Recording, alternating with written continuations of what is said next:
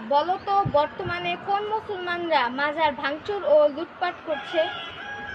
এটা তো এই মুসলমান, যেই মুসলমান কারবালায় ইমাম হুসাইন আলাইহিস সালামের বিরুদ্ধে 22,000 সৈন্য, টুপি, জুব্বা, দাড়ি, পাগড়ি লাগিয়ে ইমাম হুসাইন আলাইহিস সালামের গলায় ছুরি লাগিয়ে ইমাম হুসাইন আলাইহিস সালামকে হত্যা করে বলেছিল, আমরা নামাজ পড়ি। তারা নামাজ পড়ে, আবার তারা ইমাম হুসাইন আলাইহিস সালামের গলায় ছুরি লাগিয়ে জবাইও করে। অথচ নামাজে যদি আমি ইমাম হুসাইন আলাইহিস সালামের নাম না নেই, তাহলে এই নামাজই কবুল হবে না। নামাজে শুরু থেকে শেষ পর্যন্ত 13 ফরজ।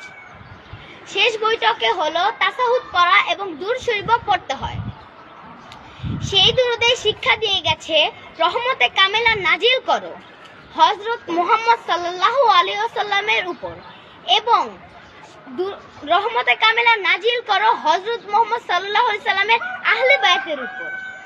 হযরত হুসাইন আলাইহিস সালাম আহলে বায়াতের অন্যতম একজন সদস্য।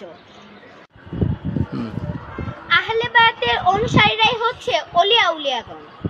আর এই বর্তমান যুগে যারা মাজার ভাঙচুর ও লুটপাট করছেন, তাদের পূর্বপুরুষই হচ্ছে আহলে বায়াতের হত্যাকারীরা। তাহলে বুঝতে পারছেন এরা কোন মুসলমান।